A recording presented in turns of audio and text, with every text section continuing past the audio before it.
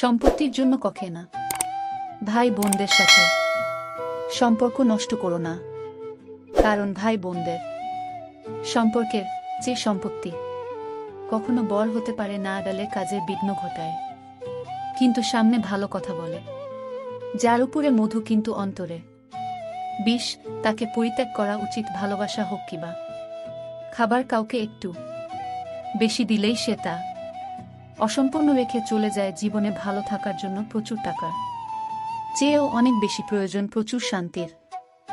আর শান্তি যার জীবনে যতটা বেশি সে ঠিক ততটা বড়লোক প্রয়োজনের সময় একদম কাছে থেকে চেনা মানুষগুলো কেমন জানি অচেনা হয়ে যায়। তাই যে মানুষটি একবার অচেনা হয়ে গিয়েছে তাকে পুনরায় চিনে ভুল করো না। বিরক্তকর মানুষগুলো আর যাই হোক না কেন কখনো ধোঁকা দিতে পারে না, কেননা তারা মিছে মিছে অভিনয় করতে জানে না। সুন্দরী মেয়েদের একটা দুর্বল জায়গা আছে, তা কি জানেন?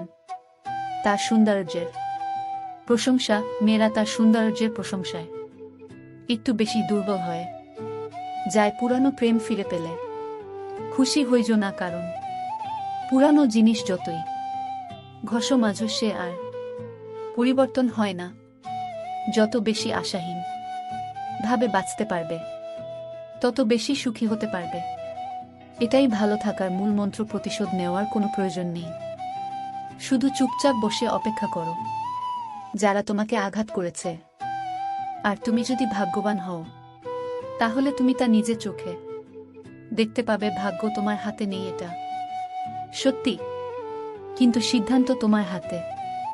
ভাগ্য কখনো সিদ্ধান্ত নেয় না, তোমার সিদ্ধান্তই তোমার ভাগ্যকে পরিবর্তন করে দিতে পারে। জীবনের সবথেকে বড় ভুল তখনই করবেন যখন কাউকে বিশ্বাস করে নিজের দুর্বলতাগুলো প্রকাশ করবেন। ভিডিওটি আপনার কাছে কেমন লাগছে তা আমাদেরকে কমেন্টস করে জানাবেন।